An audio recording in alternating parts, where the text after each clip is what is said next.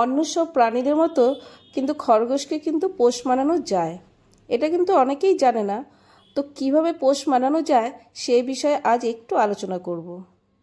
তার আগে animal kiss চ্যানেলে সবাইকে স্বাগত জানাই। আর আমার ভিডিওটা যদি ভালো লাগে তাহলে আমায় একটু সাপোর্ট করো, পাশে থাকবে। তো চলুন ভিডিওটা স্টার্ট করা যাক।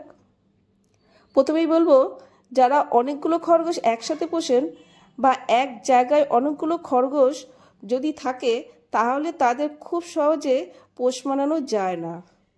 কারণ তারা নিজেদের মধ্যে বন্ধুত্ব পাতিয়ে ফেলে, অন্য কাউকে দরকার হয় না ওদের।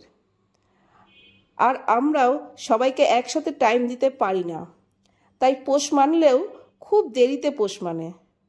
কিন্তু আমরা যদি একটা বা দুটো খরগোশ বাড়িতে রাখি, তাদের কিন্তু খুব সহজেই পোষ মানানো যায়। খরগোশকে সবসময় খাঁচায় বন্দি না রেখে কিছু কিছু সময় আপনার বেডরুম বা ড্রয়িং রুম বা আপনার বারান্দায়, যেখানেই হোক, আপনার সাথে থাকতে দিন। তাকে কোলে নিয়ে তাদের আদর করুন। দেখবেন ও কেমন সুন্দর আপনার কোলেই ঘুমিয়ে পড়বে। আর আপনাকে ঘরে আসতে দেখতে দেখলেই আপনার পায়ে পায়ে ঘুরতে থাকবে একটু আদর পাওয়ার জন্য। তারপর তাকে মাঝে মধ্যে সবসময় বলছি না, কারণ সবসময় আমাদের সময় হয়ে ওঠে না, নিজের হাতে খাবার খাওয়ান। চেষ্টা করুন, সবসময় না হোক, কিছুক্ষণ মানে কোনো সময় নিজের হাতে খাবার খাওয়ান। তাহলে দেখবেন খরগোশ আপনাকে খুব ভালোভাবে চিনে যাবে আর আপনাকে আপনার জন্য ওয়েট করবে খাবারের জন্য।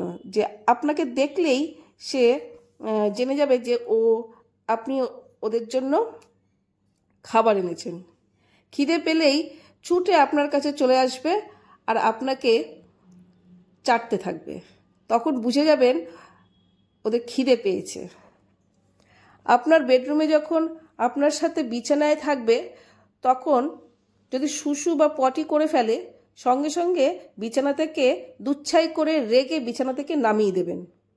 এই কাজটা যদি পরপর কয়েকদিন করেন, তাহলে ওরা বুঝে যাবে বিছানায় পটি বা শুশু করতে নেই। কয়েকদিন পর থেকে দেখবেন ওরা আর বিছানায় পটি বা শুশু করছে না। ঠিক জায়গায় যেখানে মতো বা আপনি যেখানে ওদের রাখেন বা খাঁচায় গিয়ে পটি করে, যে খাঁচায় থাকে সেখানে গিয়ে দেখবেন পটি করছে। তো এভাবেই আপনি খরগোশকে অন্য পশুদের মতো পোষ মানাতে পারবেন। তো এই ছিল আজকের ভিডিও। ভালো লাগলে অবশ্যই পাশে থাকবেন। তো চলো, ভিডিওটা এখানে শেষ করছি। Tata, bye bye.